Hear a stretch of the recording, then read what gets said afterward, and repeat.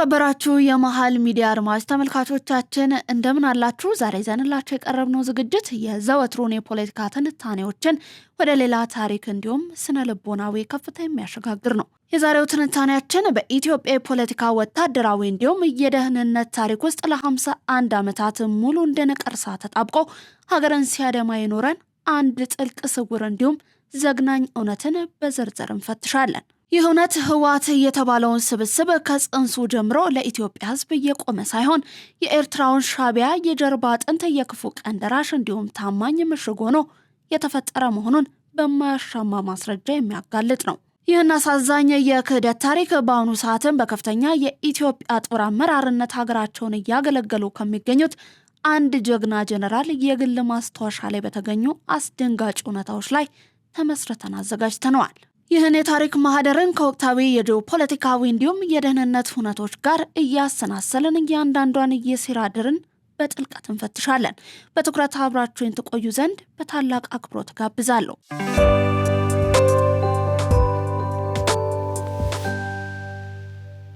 የደደቢቱ የውሸት ትርክትና የተጠለፈው ትውልድ 1967 እስከ 1974 ዓ.ም ታሪክን ወደ ኋላ መለስ ብለን እንመርምር። ዘመኑ የካቲት 1967 ዓ.ም ነው።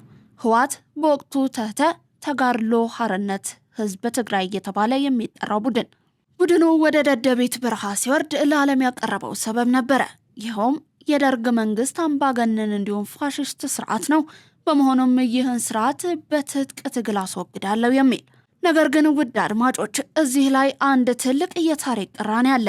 የደርግ መንግስት ንጉሱን አስወግዶ ያለምንም ደም ኢትዮጵያ ትቅደም በሚል መርህ ወደ ስልጣን የመጣው መስከረም 2 ቀን 1967 ዓ.ም ነበር።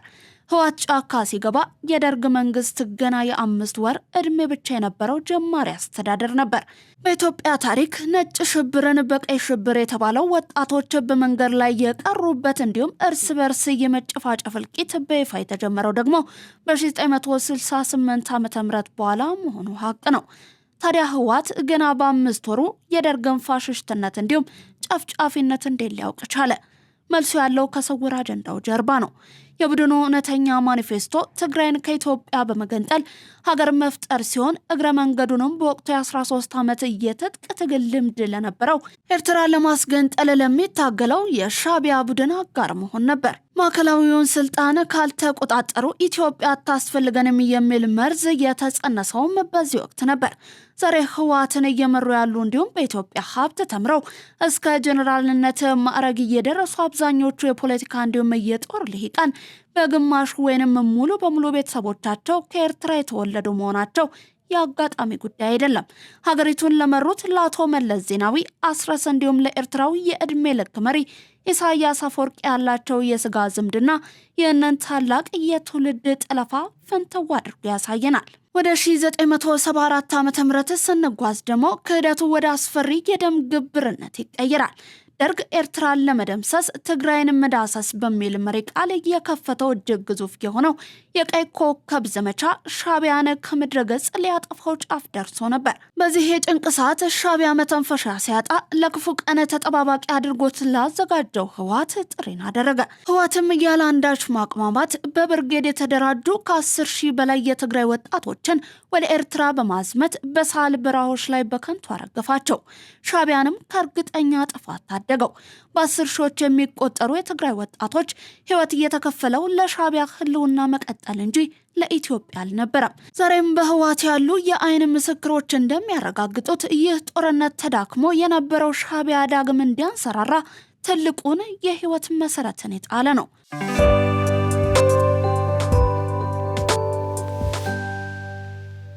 የምጽዋ ውድቀት፣ የሀገር መፍረስና ታላቁ ዘረፋ ከ1982 እስከ 1984 ዓ.ም የተከበራችሁ አድማጮች የህወሓት እንዲሁም የሻዕቢያ ጥምረት የኢትዮጵያን ሰራዊት የመደምሰስና ሀገርን የማፍረስ ሴራውን አጠናክሮ ቀጠለ። በ1982 ዓ.ም ሻዕቢያ የኢትዮጵያን ዋና የወደብ ከተማ ምጽዋን ጨምሮ ሰፊ የኤርትራ ግዛቶችን የተቆጣጠረው ዘመቻ ፈንቅል በተባለው ጦርነት ከህወሓት ጋር በጥምረት ባካሄደው ስምሪት ነው። የምጽዋ መውደቅ አሁን ላለንበት የጂኦፖለቲካዊ ማነቆ ትልቁን በር የከፈተ ክስተት ነው። ሀገርን ከገነጣዮች ለማዳን የኢትዮጵያ ሰራዊት እያደረገውን ተጋድሎ በቦታው የነበሩት 50 አለቃ ታደሰ ተሌ ሰልቫኖ አይምጽዋ በሚለው ታሪካዊ መጽሐፋቸው አስፍረውት አልፈዋል። ይህ እውነተኛ ታሪክ በመመስከራቸውም በህወሓት ሰዎች የሐሰት ክስ ተመስርቶባቸው በእስር ቤት ከደረሰባቸው ጥቃት የተነሳ ከእስር ከወጡ ብዙም ሳይቆዩ ህይወታቸው አልፏል። ለታሪክ ምስክርነታቸውም ታላቅ ዋጋ ከፍለዋል። ግንቦት 20 ቀን 1983 ዓ.ም የኢህአዴግ ሰራዊት በሻዕቢያ ታግዞ አዲስ አበባን ሲቆጣጠር ታላቁ የሀገር ዘረፋ በይፋ ተጀመረ። በአውደ ውጊያ ብቻ ሳይሆን የሀገሪቱን አንጡራ ሀብት በጋራ ሲዘርፉ ታይተዋል። አሁን በህወሓት ከሌሉ የስራ ባልደረቦቻቸው ጋር በመሆን በግርምት እውነታውን እየታዘቡት እኚሁ ጀነራል እንዳሰፈሩት ከሆነ ሰኔ 1983 ዓ.ም ላይ በመቀሌ ከተማ 37 የኤርትራ የጭነት መኪኖች ከነተሳቢዎቻቸው ሙሉ የኢትዮጵያን ቡና ጭነው በዛላምበሳ በኩል ወደ አስመራ ለ2 ቀናት ተጉዘዋል። የሀገርን አእምሮ የመስረቁ ስራም ቀጥሎ ነበር። በ1984 ዓ.ም ሐምሌ ወር ላይ በወቅቱ የነበረው አንድ የህወሓት ጽሕፈት ቤት ኃላፊ አስተባባሪነት ከሀገርፋ ገበሬዎች ማሰልጠኛ የተዘረፉ 2 የጭነት መኪና ሙሉ መጽሐፍት ለዛሬው የመቀሌ ዩኒቨርሲቲ ምስረታ በግብአትነት ዋሉ። ከደርግ መንግስት ባዶ ካዝና ነው የተረከብኩት ይል የነበረው አዲሱ የኢህአዴግ ወይንም ህወሓት መንግስት በቢሊዮን የሚቆጠር የኢትዮጵያን ብር ክምችት ከባንኮች በመዝረፍ ለካድሬዎቹና ለሰራዊቱ አባላት እንደ የኃላፊነታቸው ደረጃ ከ3000 እስከ 45000 ብር አደለ። እጅግ ከፍተኛ መጠን ያለው የኢትዮጵያ ብር ደግሞ በይፋ ለሻዕቢያ እንዲሰጥ አደረገ።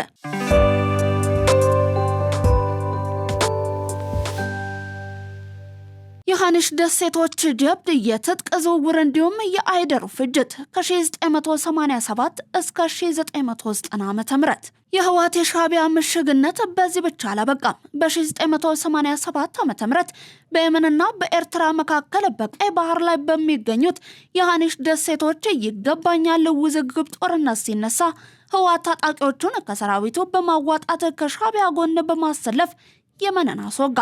ይባስ ብሎ በዚያም ሰሞን የኢትዮጵያ አየር ኃይል የአየር መከላከያ ትጥቆች የነበሩ በርካታ ሚሳኤሎች ለሻዕቢያ ተላልፈው ተሰጡ።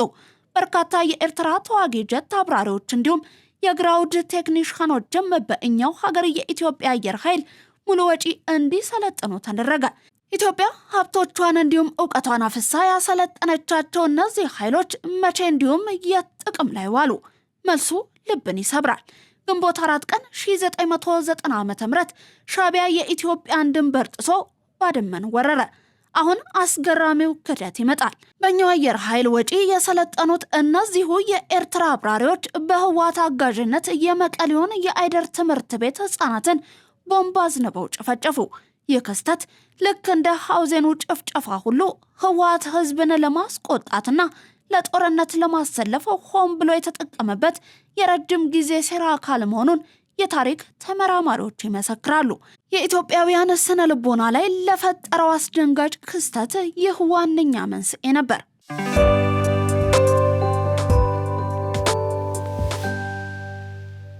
የጾረናው ሴራ፣ የተቀማው የባድመ ድል እንዲሁም የታሪኩ ጥቁር ጠባሳ ከ1990 እስከ 1991 ዓ.ም የኢትዮ ኤርትራ ጦርነት ሂደት ላይ በስፋት ስናተኩር ክህደቱ እጅግ የረቀቀ ይሆናል። በጾረና ግንባር ላይ የተፈጸመው ደግሞ ሌላኛው ትልቅ የታሪክ ጠባሳ ነው። በከፍተኛ ደረጃ ብቁ ናቸው የተባሉ አዛዦች፣ ከፍተኛ ቁጥር ያለው ተዋጊ፣ የተለያዩ ሙያተኞች፣ የሜካናይዝድ የጦር መሳሪያዎችና እጅግ በተደራጀ የሎጂስቲክስ አቅም እየታጀበው 20ኛው ሜካናይዝድ ክፍለ ጦር በጥቂት ቀናት ውስጥ በቀላሉ በሻዕቢያ እንዲመታ ተደረገ። ውድ አድማጮቻችን፣ በጾረናው ውጊያ በከንቱ የረገፉት ወጣት ወታደሮችን፣ ብቁ የሰራዊቱ አመራሮችንና የነደደውን የሀገር ሀብት ቀላል አልነበረም። ሰራዊቱ የሻዕቢያ መሳለቂያ የሆነበት ይህ ክስተት ከእልቂቱ የተረፉት አመራሮች ውጊያ አበላሽቷቸዋል ተብለው ወደ እስር ቤት እንዲጋዙ ተደረገ። ሀገሪቱ ብቁ ሰራዊት እንዳይኖራትና ሀገርን የመከላከል የአርበኝነት ስነ ልቦናችን ከፍታ እንዲሰበር ሆን ተብሎ በህወሓት የተሰራ ከፍተኛ የውስጥ ሴራ ነበር። ነገር ግን የኢትዮጵያ ጀግኖች አልተበገሩም። የወቅቱ የውጭ ጉዳይ ሚኒስትር አቶ ስዩም መስፍን ከእሾህ የተጠጋች ቁልቋል ስትደማ ትኖራለች። ሻዕቢያን እስከገባበት ገብተን መደምሰስ አለብን ባሉት መሰረት ሰራዊቱ ሰፊ ግንዛቤ ተሰጠው። በሰኔ ወር 1991 ዓ.ም ሶኒ ባድመ በሚል በተከፈተው መጠነ ሰፊ ዘመቻ የኢትዮጵያ ሰራዊት ድንቅ ጀብዱን ፈጸመ። የሻዕቢያን ጠንካራ ጦር በመደምሰስ ሰፊ ኤርትራ ግዛቶችን መቆጣጠር ቻለ። ምዕራብ ኤርትራን እነሱ ጋሽ ባርካ የሚሉትን ዞን ማለት ነው ሙሉ በሙሉ ተቆጣጠረ። በደቡብ ምዕራብ ኤርትራም ማይላምን፣ ማይድማን እንዲሁም አዲ ትኩልን ይዞ ወደ አስመራ መዳረሻ ወደ ሆነችው አረዛ መገስገስ ጀመረ። ሻዕቢያ መያዣ መጨበጫ አጥቶ ጓዙን ጠቅልሎ ወደ ሳህል በረሃ ናቅፋ ተራሮች ለመሮጥ ተገደደ። እናም በዚህ ወሳኝ የድል ጫፍ ላይ አንድ አስደንጋጭ እንዲሁም ግራ አጋቢ መልእክት ለመላው የሰራዊቱ አመራር ደረሰ። ይኸውም በአስቸኳይ ወደ ኋላ በመዞር ማይነሜን እንዲሁም መረብን ተሻግረው ወደ ራማ ከተማ እንዲመለሱ የሚል ነበር። በምዕራብ ኤርትራ ሰፊውን ግዛት የተቆጣጠረው የኢትዮጵያ ጦር ከተሰኔ በኦም ሀጀር በኩል ተከዜን ተሻግሮ ወደ ሁመራ እንዲገባ ታዘዘ። በምስራቅ ትግራይ በኩልም ለአስመራ በቅርብ ርቀት ላይ የምትገኘውን ሰነአፌን የተቆጣጠረው ሰራዊት ለቆ ወጥቶ ዛላምበሳ እንዲሁም አጽቢ ላይ እንዲቆይ ተደረገ። ከሁሉ በላይ ልብን የሚሰብረው ደግሞ የሀገሪቱን የባህር በር ጥያቄ ሊመልስ ይችል የነበረው አሰብ ወደብን ለመቆጣጠር ይደረግ የነበረው እልህ አስጨራሽ ውጊያ እንዲቆም መታዘዙ ነው። ይህ ለምን ሆነ? ምክንያቱም የወቅቱ ጠቅላይ ሚኒስትር አቶ መለስ ዜናዊ ጥብቅ ትዕዛዝ ሲሆን አሜሪካኖች ጦርነቱን አቁሙ ብለው ማስጠንቀቂያን ሰጥተዋል በሚል የሰራዊቱን አመራር ለማሳመን የተላለፈ የውሸት መልእክት ነበር። በአንዳንድ የሰራዊቱ አዛዦች ዘንድ አሰብን ይዞ የመደራደር የነበረውን የጋለ ፍላጎትን ለማዳፈን በርካታ የኢትዮጵያ ግዛቶችን ለኤርትራ ለመስጠትና በአጠቃላይ ሻዕቢያን ከሞትን ለማዳን የተደረገ ጦርነት ነበር። በእነዚህ እንዲሁም በመሳሰሉት ሴራዎች ውስጥ በህወሓት ውስጥ ያሉ እውነተኛ ኢትዮጵያውያንና የባንዳ ቅጥረኛ ልጆች መለየት የጀመሩት ታሪካዊ ወቅት ነበር።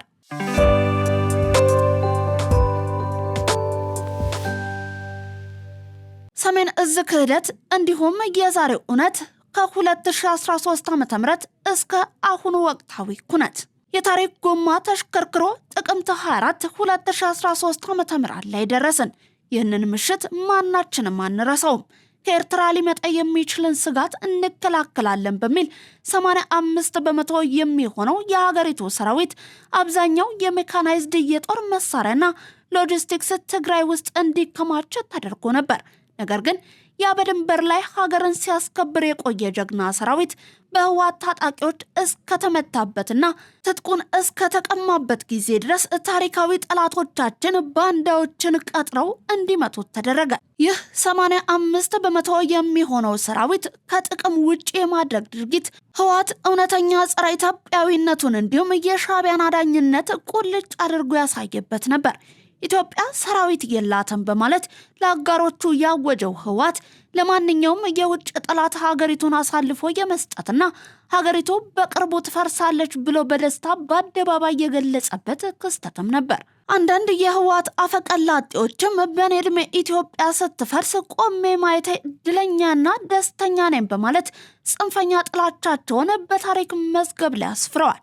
ሻዕቢያም ይህንን መልካም አጋጣሚን ተጠቅሞ ለ23 ዓመታት ከትግራይ ህዝብ ጋር በመኖር ደስታውንም ሆነ መከራውን እየተጋራውንና ድንበሩን እያላስደፈረውን ሰራዊት አዋርዶ ሆን ተብሎ ድንበሩ ክፍት ስለተደረገ ወደ ትግራይ ገባ።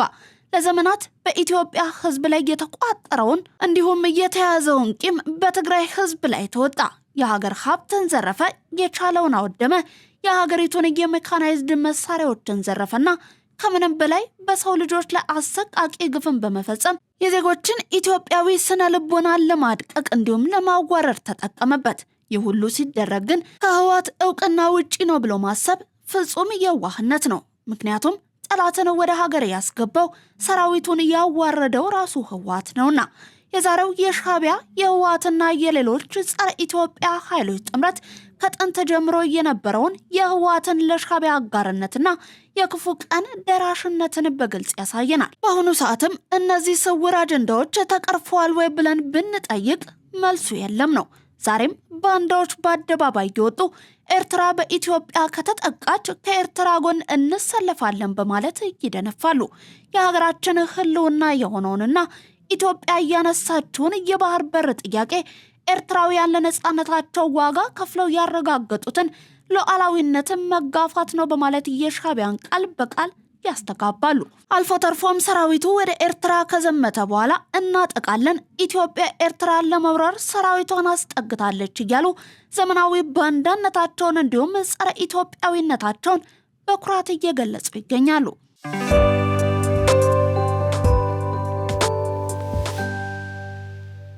የተከበራችሁ የመሃል ሚዲያ ቤተሰቦች፣ ታሪክ ፍትሃዊ ዳኛ ነው።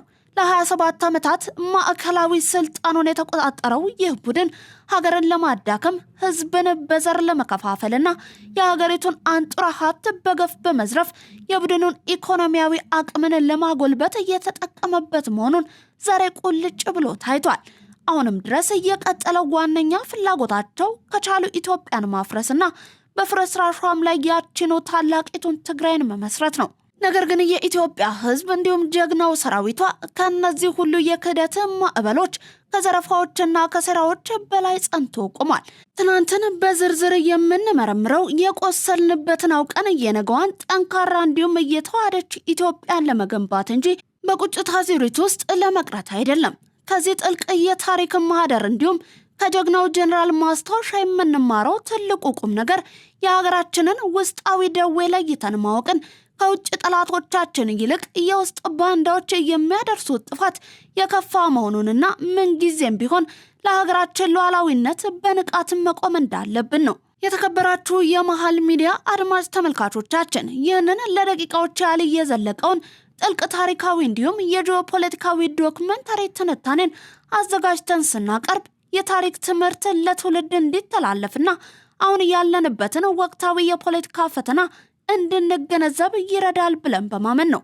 በቀጣይ ይህንን ሐሳብ የሚያጠናክሩ ተጨማሪ የታሪክ ሰነዶችንና ወቅታዊ ጉዳዮችን ይዘንላችሁ እስከምንመለስ ድረስ በያላችሁበት የፈጣሪ ሰላም ከናንተ ጋር ይሁን። ሀገራችን ኢትዮጵያ ከውስጥም ከውጭም ጠላቶቿ ተጠብቃ በክብር እንዲሁም በሉዓላዊነት ለዘላለም ትኑር።